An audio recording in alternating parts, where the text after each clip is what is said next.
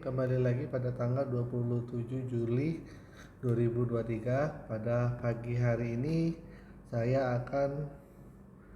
kita akan berdiskusi tentang saham Aegis.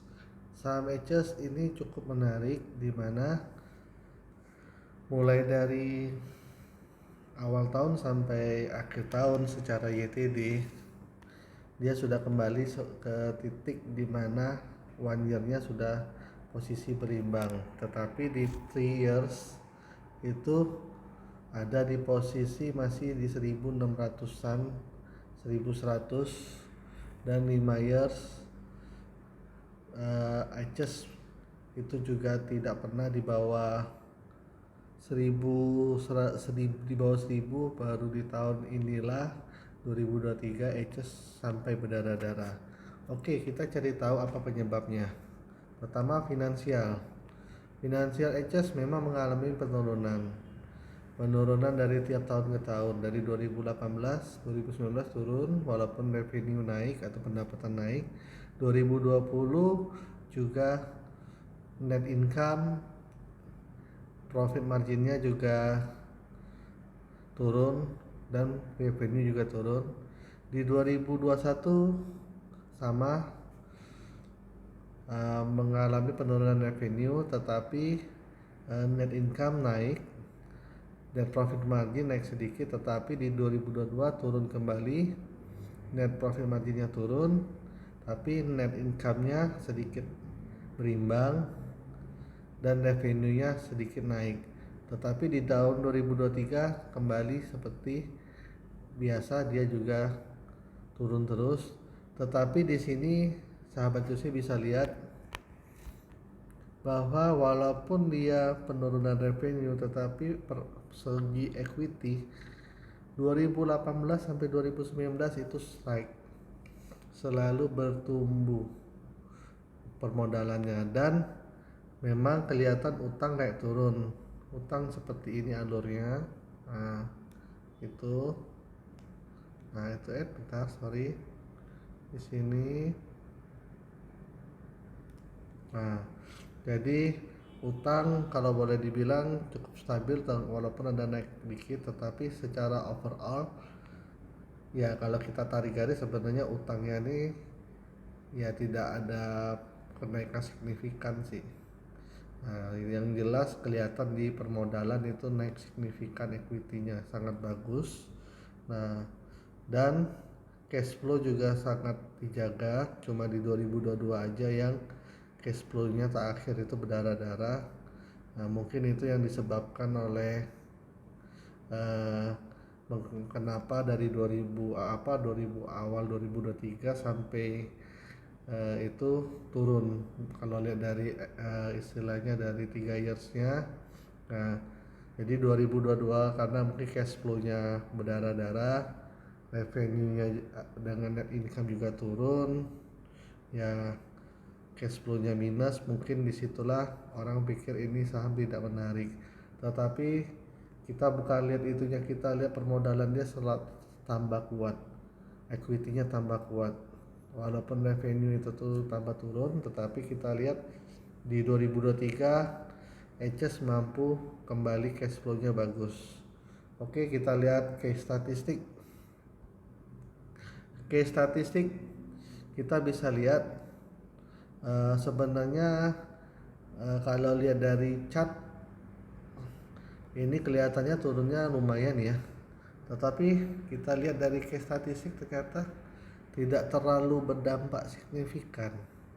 Penurunannya cuma 2 poin 2020 nih 43 ke 41, cuma EPS-nya turun 2 poin, 41 ke 39 2 poin, 2022 ke 2023 2 poin. Jadi sebenarnya penurunannya tidak signifikan, tetapi di sahamnya itu terlalu berlebih. Jadi kita asumsikan bahwa Aegis masih di harga 70 nih, masih dibilang layak beli sih. Karena dulu dia mainnya, kalau kita lihat 5 tahun terakhir, kalau mau berdasarkan data, ya dia tertinggi 1800 lah, kita anggap aja bilang.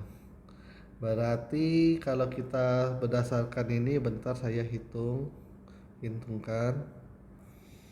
43 kurang 37 bagi 43, berarti anggap aja ada kurang 13%. Jadi kalau misalnya HS kita anggap aja 1650 lah rata-rata, 5 tahunnya 1650. Istilahnya maksudnya yang sebelum 2022 ya, sebelum 2022, kita jangan lihat 2022 2023, kita lihat asumsinya dulu. Itu yang dulu berarti dikurang 13%. Berarti harusnya HS masih layak bisa ke angka 1435. Nah, dan inilah kenapa channel saya untuk membagikan informasi-informasi ini, biar sahabat Jose bisa lihat sendiri bahwa penurunan HS itu tidak logis, tidak masuk akal, dan dibanding IPS-nya. IPS-nya 4 tahun turun hanya 13%, tetapi di sahamnya itu mau ngomong 2020 nih, kita lihat tuh 2020 anggap aja 1650, kalau kurang 13% berarti 14. Jadi potensi up untuk HS walaupun harga kinerjanya tertekan harusnya seiring dengan IPS-nya berapa. Nah, jadi IPS-nya ini memang diasumsikan turun cuma 13%, bukan diasumsikan, ini data real. Tetapi kita buat harganya tuh diasumsikan bahwa harga pasar mengikuti harga labanya. Jadi kalau misalnya labanya turun 13%, harusnya HS yang dari 1600-an kemarin di 2020 harusnya mungkin cuma hanya turun sekitar 1400. Makanya support yang 1100 kemarin itu sangat kuat di 2022 ke belakang ini. Yang 2022 ke belakang ini sangat kuat. Yang anehnya pas jebol 1100 itu kayak masuk jurang dia langsung. Jadi sampai hampir ke harga 400. Tetapi sahabat Jose tidak usah pusing. Kita lihat kondisi bahwa ini harga terlalu oversold. Jadi dan sahabat Jose bisa lihat liquidity current ratio-nya 864%. Cash ratio-nya itu 380%. DER-nya cuma 24%. 24% alias 0,24 kali, sangat ringan. Jadi hampir semua laba itu tidak untuk bayar hutangnya kecil, cuma 0,24 kali. Jadi untuk sahabat Jose jangan ragu untuk mengkoleksi HS, karena ya kita lihat on point yang 4 ini aja, ini sudah sangat menjanjikan berdasarkan data, bukan berdasarkan ngomongan saya ya, kita ngomong berdasarkan semua data. Jadi semua data ini sangat lumayan bagus, tetapi lihat NPM-nya memang sedikit kecil karena mungkin dia ambil rasio margin usahanya tidak gede tiap produknya, tetapi dia tetap masih di atas inflasi, dia jaga. Jadi ini pertumbuhan ROA dan NPM ini masih dikategorikan di posisi wajar. Jadi sahabat Jose tidak perlu ngomong kenapa ini naik, kenapa ini turun terus ini. Nah, itu sebenarnya enggak. Ini kita lihat berdasarkan data, ini semua positif. Cuma hanya penurunan laba aja yang menjadi concern kita.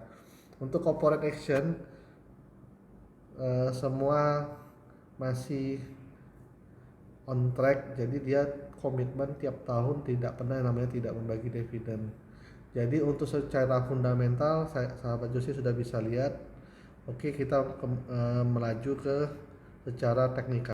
Oke sahabat Jose, kita kembali lagi. Ini secara teknikalnya, bahwa secara 1 year menurut Fibonacci itu sudah sampai di 765, itu titik resistennya. Nah, tapi kalau misalnya untuk mau membeli sahamnya, kita coba di angka di 685 aja. Kalau memang ada penurunan di angka tersebut, kita bisa boleh beli di 685 di posisi 0,786 di Fibonacci-nya. Tetapi secara Elliott Wave juga menunjukkan ke arah sekitar 0,618-nya di sekitar angka 680. Jadi secara Elliott Wave dan Fibonacci semuanya satu arah. Mungkin ini sudah menunjukkan sedikit tren koreksinya, mungkin bisa ke 680 atau 685.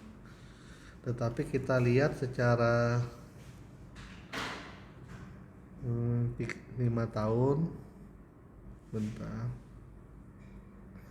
Jadi kalau misalnya 765 edges jebol alias naik, nah berarti arah target selanjutnya alias 990 di posisi ini,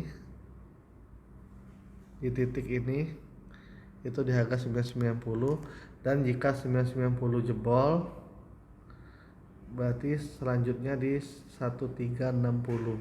Jadi potensi kenaikan edges masih tinggi ya. Baru dianggap sudah overbook itu di harga 990 itu.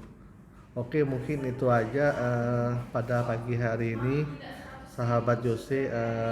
Jika misal ada pertanyaan bisa menghubungi saya sendiri langsung di 082177096060. Sekian pada hari ini, terima kasih, selamat pagi.